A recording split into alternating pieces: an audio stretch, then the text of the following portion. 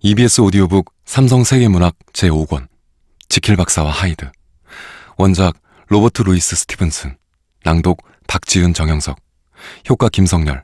구성 이혜미. 낡은 건물 앞에서. 어터슨 변호사는 평상시에 근엄한 얼굴을 하고 있어서 좀처럼 밝게 웃는 모습을 보기 어려운 사람이었다. 이야기를 할 때도 차가운 표정으로 말했고 말솜씨도 그리 좋은 편이 아니어서 상대를 당황스럽게 만들기 일쑤였다. 사람들은 그의 여인 몸집과 큰 키, 감상적인 데라고는 전혀 없는 무뚝뚝함 때문에 가끔은 그에게서 음산한 분위기마저 느끼곤 했다. 그는 자제력이 매우 강한 사람이어서 혼자 있을 때는 좋아하는 포도주도 잘 마시지 않았고 연극을 좋아하면서도 20년 동안 극장 안에 발을 들여놓은 적도 없었다. 하지만 그에게도 어딘지 모르게 호감 가는 면이 있었다. 이를테면 친한 사람들과의 술자리나 저녁 식사를 끝낸 후에 정감 어린 눈빛에서 그의 따뜻함을 엿볼 수 있었다. 그러나 어터슨 자신이 이런 따뜻함을 직접 말로 표현하는 일은 거의 없어서 그것을 아는 사람은 그리 많지 않았다. 또한 그는 자기 자신에게 그런 것과는 달리 다른 사람에 대해서는 너그러운 편이었다. 즐거움만을 쫓아 방탕한 생활을 하는 사람을 감싸주기도 하고 때로는 부러운 듯 감탄하기도 했다. 또 그런 사람들이 곤란한 상황에 빠지면 다른 사람들처럼 비난하기보다는 오히려 도와주려고 애썼다. 그는 가끔씩 카인도 이해할 수 있을 것 같다고 말하곤 했다. 카인은 성경에 나오는 인물로 목자인 동생 아벨과 농부인 자신이 신에게 제물을 바쳤을 때 신이 동생의 제물만 좋아하며 반기자 이를 시기하여 동생을 죽인 사람이다. 성격이 이렇다 보니 타락해가는 사람들을 끝까지 돌봐주고 책임지는 일을 할 때가 많았다. 게다가 그런 사람들이 자신의 사무실을 찾아와도 그는 귀찮아하는 얼굴을 보인 적이 없었다. 사실 그런 일들은 그에게 그다지 대단한 일이 아니기도 했다. 그에게는 친구가 많지 않았다. 그와 가까운 사람들은 대부분 친척이거나 오랫동안 사귀어온 친구 몇몇 뿐이었다. 하지만 친구가 많지 않은 만큼 조건 없이 만나는 그들의 우정은 세월이 지나면 지날수록 담쟁이 덩굴처럼 점점 더 결속될 수 있었다. 아마도 런던에서도 잘 알려진 한량이자 먼 친척벌인 리처드 앤필드와 마음이 통한 것도 그 때문일 것이다. 두 사람이 서로의 어떤 점에 끌렸는지는 몰라도 두 사람 사이의 우정에는 다른 사람들이 이해하기 어려운 점이 있었다. 일요일에 두 사람이 산책하는 것을 본 사람들의 말에 의하면 두 사람은 도무지 서로 말도 나누지 않아서 그저 덤덤해 보일 뿐이었으며 어쩌다 아는 사람이라도 만나면 따분함에서 벗어날 기회를 잡았다는 듯이 말을 건네고는 한다는 것이었다. 그러면서도 두 사람은 매주 일요일마다 아주 중요한 일과라도 되는 양 중요한 일조차도 제쳐두고 반드시 함께 산책을 했다. 어느 일요일, 두 사람은 산책길에서 우연히 런던 번화가의 한 뒷골목으로 발길을 옮기게 되었다. 그 조그만 골목은 보통 때는 조용한 편이었지만 주말에는 장사치들로 매우 붐볐다. 경기가 좋아 보였지만 상인들은 여전히 조금이라도 물건을 더 팔 요량으로 요란스럽게 물건을 진열해 놓고 있었다. 줄지어선 상점들은 마치 미소 띤 얼굴로 손님을 기다리며 늘어선 점원 아가씨들처럼 보였다. 보통 때처럼 잘 차려입은 사람들도 보이지 않고 사람들의 왕래도 비교적 적은 일요일인데도 음침한 이웃 동네와 비교하면 이 거리는 불타는 숲처럼 아름답게 빛났다.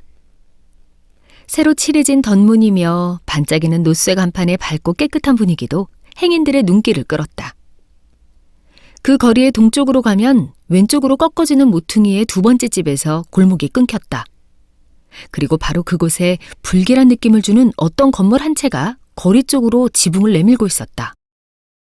아래층에만 문이 한 개 있을 뿐 2층에는 창문 하나 없이 빛바랜 벽만 보이는 그 집은 오랜 세월 동안 수리를 하지 않은 채 그대로 두어 몹시 낡은 상태였다. 색이 바랜 현관문에는 초인종은커녕 문을 두드리는 쇠장식조차 없었다. 그 문 옆에 후미진 곳에서는 거리의 뜨내기들이 자리 잡은 채 널빤지에 성냥을 켜대거나 아이들이 계단에서 소꿉놀이를 하기도 하고 학생들은 가지고 있는 칼날을 문기둥에 쇠붙이에 시험해보기도 했다. 이처럼 문 앞에서 얼쩡대는 사람들을 쫓아내지도 않고 그 어지러운 흔적들을 치우지도 않은 채 그 건물은 오랫동안 그렇게 방치되어 있었다. 엔필드와 어터슨 변호사가 막 그 골목으로 들어섰을 때 엔필드가 지팡이를 들어 그 건물을 가리켰다. 저 문을 눈여겨본 일이 있으십니까? 어터슨이 그렇다고 고개를 끄덕이자 엔필드는 덧붙여 말했다. 저 문은 예전에 제가 겪었던 실로 기괴한 사건과 관련이 있지요. 사건이라고? 어터슨의 말투가 조금 달라졌다.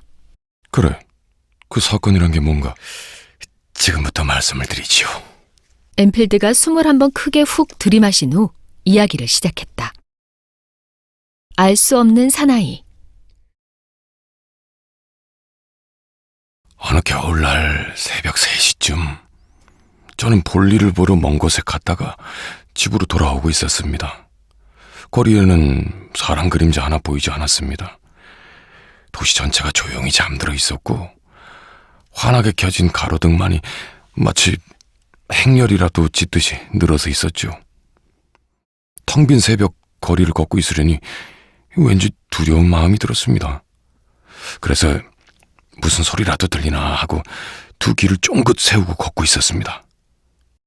마음속으로는 경찰이라도 눈에 띄었으면 하고 생각했답니다. 바로 그때 벼랑간 길모퉁이 양쪽에서 두 사람의 그림자가 나타났습니다. 한 사람은 몸집이 작은 사나이였는데 빠른 속도로 걷고 있었고 또 한 사람은 8살이나 9살쯤 된 여자아이였는데 무슨 일 때문인지 내 거리를 향해 숨이 차도록 달려오고 있었습니다. 두 사람은 길모퉁이에서 맞부딪혔죠. 그리고 이어서 그 끔찍한 사건이 일어난 겁니다. 엔필드는 쉬지 않고 이야기를 늘어놓았다. 그 작은 사나이는 자기와 부딪혀서 쓰러진 여자아이의 몸을 그대로 짓밟아버렸답니다. 땅바닥에 쓰러진 아이가 비명을 질렀지만 녀석은 아무렇지도 않은 태도로 그냥 지나쳐버리는 게 아니겠습니까? 이렇게 말하면 대수롭지 않은 일처럼 들릴지도 모르지만 그 광경을 실제로 본 사람에게는 정말 끔찍한 경험이었죠. 그건 인간이 할 짓이 아니었습니다. 미친 악마의 짓이었어요. 그래서 어떻게 했나? 어터슨이 묻자 엔필드는 신이 나서 말을 이었다. 저는 거기 서라 하고 소리치며 달려갔죠. 그 녀석의 목덜미를 움켜잡고 사건이 일어난 곳으로 끌고 가보니 거기에는 이미 몇몇 사람들이 울부짖는 어린아이를 둘러싸고 있었습니다. 그 사나이는 특별히 저항하지도 않고 태연하게 저를 노려보더군요. 그런데 그 인상이 어찌나 섬뜩하던지 온몸이 오싹할 정도였답니다. 저는 마치 새벽에 말을 타고 달리기라도 하고 난 사람처럼 온몸이 땀으로 흠뻑 젖어 있었죠. 모여있는 사람들은 여자아이의 가족이었는데 누가 연락을 했는지 곧 의사가 도착했습니다. 의사는 상처는 대단치 않지만 아이가 놀라서 심한 충격을 받은 것 같다고 하더군요. 그게 자네가 말한 기괴한 사건이란 말인가?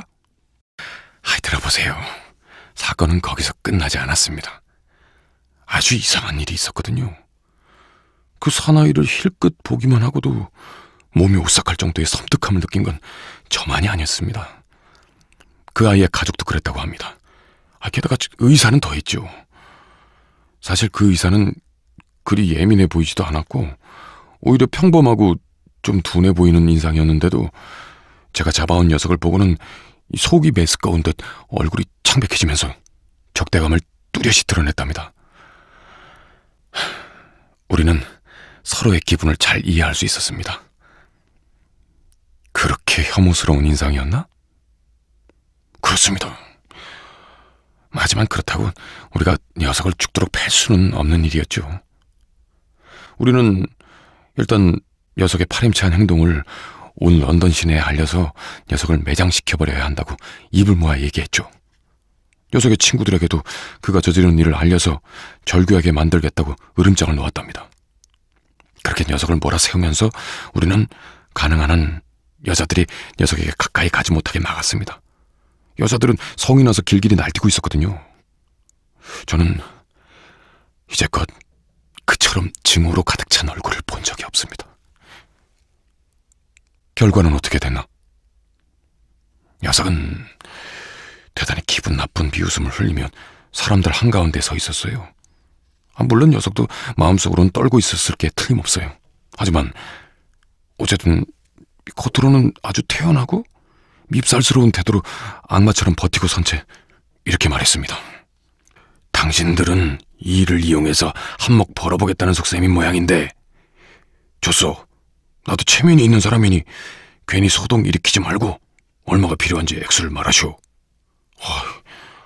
그래서 우리는 의논 끝에 어린아이의 가족에게 100파운드의 위자료를 내놓으라고 했습니다.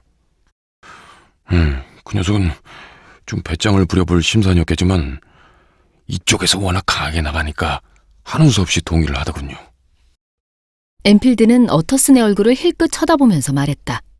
흥미로운 건 돈을 받아내는 과정이었습니다. 그자가 우리를 어디로 데려갔는지 아십니까? 그게 바로 저 집이었단 말입니다. 녀석은 열쇠를 꺼내 문을 열고 안으로 들어갔다가 다시 나왔는데, 그때 녀석의 손에는 금화 10파운드와 구치은행의 수표 90파운드가 들려있었죠. 수표에 서명된 이름은 사실은 그것이 제 이야기의 핵심입니다만, 바로 지킬 박사님이었습니다. 그분은 제가 신문에서도 종종 본 적이 있는 대단히 유명한 분이었거든요. 그 서명을 확인한 순간 저는 너무나 의심스러워서 녀석을 다그쳤습니다. 말없이 듣고 있던 어터슨이 그 부분에서 흠칫하는 태도를 보였다.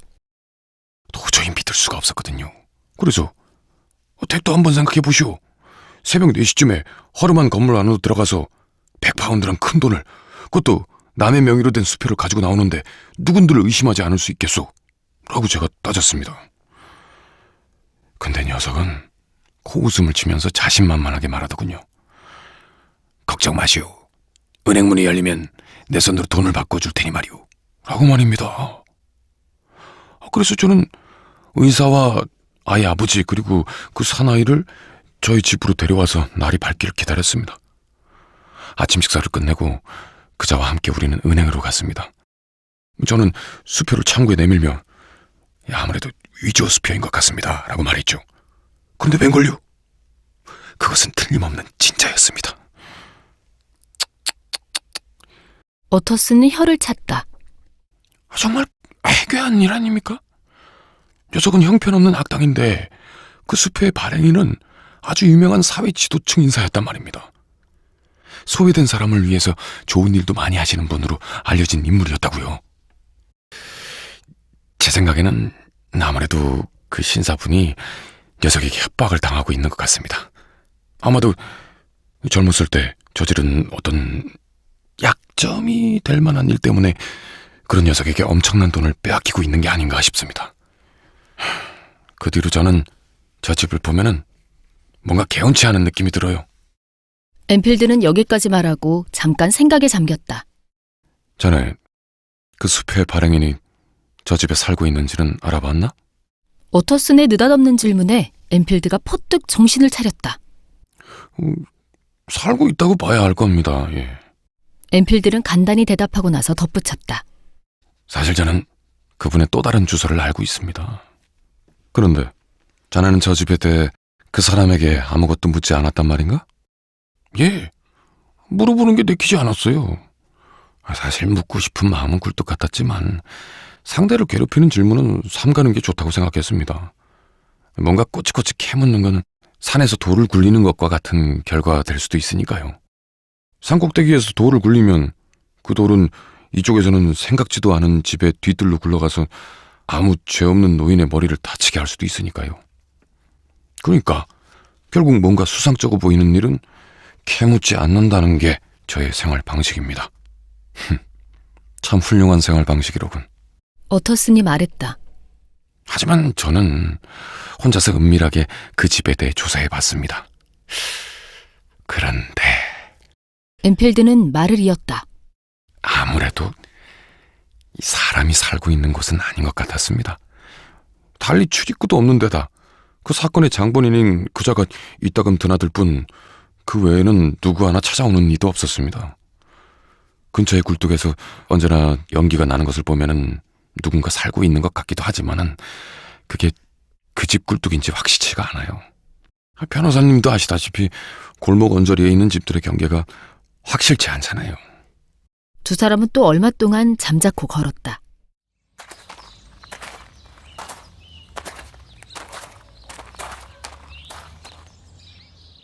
엠필드, 자네가 말한 생활 방식은 역시 좋은 것이라는 생각이 드는군. 어터슨이 말했다. 예, 저도 그렇게 생각합니다. 그런데 한 가지 물어보겠네. 그 아이를 짓밟았던 사나이의 이름은 무엇이었나? 예? 말씀드려도 상관없겠죠? 하이드라고 합니다. 어떻게 생긴 사람이던가? 어터슨이 물었다. 설명하기가 쉽지 않습니다. 워낙 특이하게 생겨서요. 아무튼 사람을 몹시 불쾌하게 만드는 인상이었습니다. 그렇게 기분 나쁘게 생긴 녀석은 처음 봤어요. 이상한 것은 녀석의 어디가 사람을 불쾌하게 만드는지를 도무지 알 수 없다는 점입니다. 그저 여느 사람과 다른 아주 혐오스러운 느낌을 주는 모습이었어요. 뭐라고 설명하기가 어렵네요. 지금도 그 녀석의 모습을 뚜렷이 떠올릴 수 있는데도 말입니다. 어터슨은 뭔가 깊은 생각에 잠겨 묵묵히 걷고 있었다. 한참 후에 어터슨이 물었다. 그자가 열쇠를 사용한 것은 확실한가? 예, 그렇게 말씀드리지 않았나요? 엠필드는 뜻밖의 물음에 퉁명스럽게 대답했다.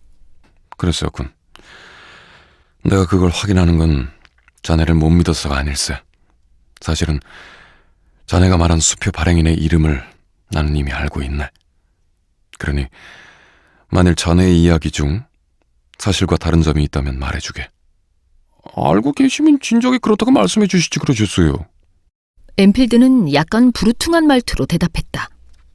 하지만 제 이야기는 모두 사실입니다.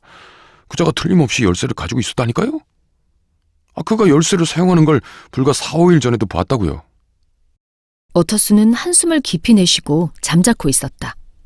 그러자 엠필드가 다시 말을 이었다. 역시 쓸데없는 말은 하지 않는 건데 그랬나 봅니다. 너무 말이 많았던 게 부끄럽습니다. 이 이야기는 이제 두 번 다시 꺼내지 않는 게 좋겠습니다. 나도 그렇게 생각하네. 고맙네, 엠필드. 어터슨은 담담하게 말했다.